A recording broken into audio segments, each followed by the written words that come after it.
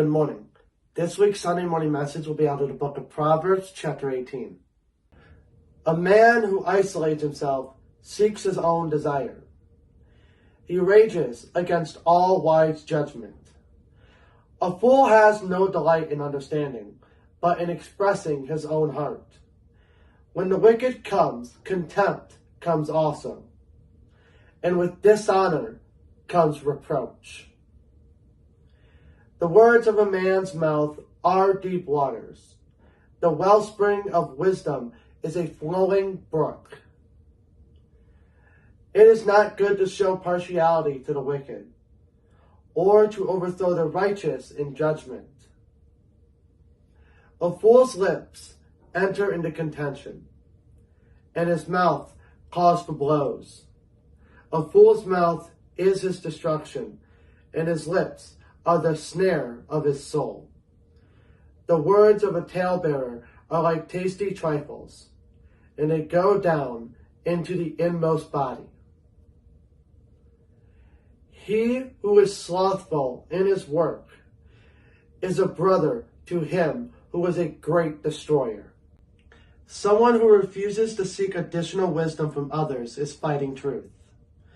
One today would call this an echo chamber, and the person is only interested in justifying their own views. A characteristic of foolishness is the ability to control their own speech.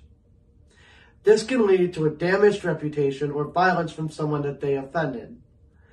Solomon also stresses the importance of justice, the dangers of laziness, and the insidious nature of gossip. The name of the Lord is a strong tower. The righteous run to it and are safe. The rich man's wealth is his strong city, and like a high wall in his own esteem. Before destruction, the heart of a man is haughty, and before honor is humility. He who answers a matter before he hears it, it is folly and shame to him. The spirit of a man will sustain him in sickness, but who could bear a broken spirit? The heart of the prudent acquires knowledge, and the ear of the wise seeks knowledge.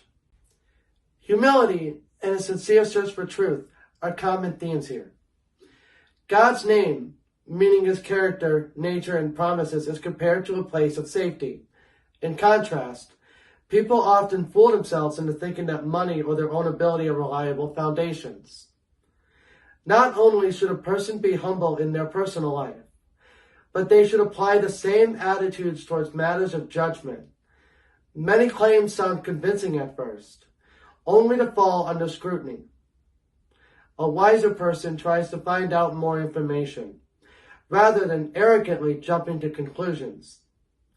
This passage includes a remark about the supreme importance of hope. A person can get through almost any hardship, but once someone loses hope, they are truly crushed and defeated. A man's gift makes room for him and brings him before great men. The first one to plead his case seems right until his neighbor comes and examines him.